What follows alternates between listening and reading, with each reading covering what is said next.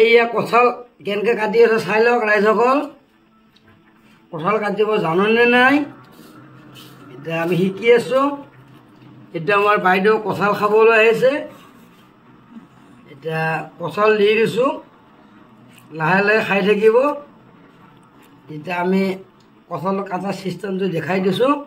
এনেকৈ কাটিব লাগে আৰু এনেকৈ উলিয়াব লাগে। কেনেকৈ উলিয়াব লাগে এনেকৈ আৰু এনেকৈ খাব লাগে।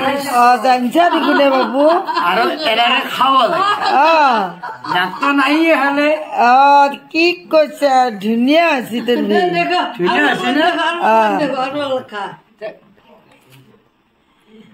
বঢ়িয়া লাগছে কিন্তু। বঢ়িয়া লাগছে না?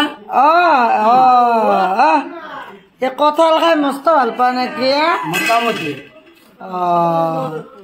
কোথাও ভাবি নাবা।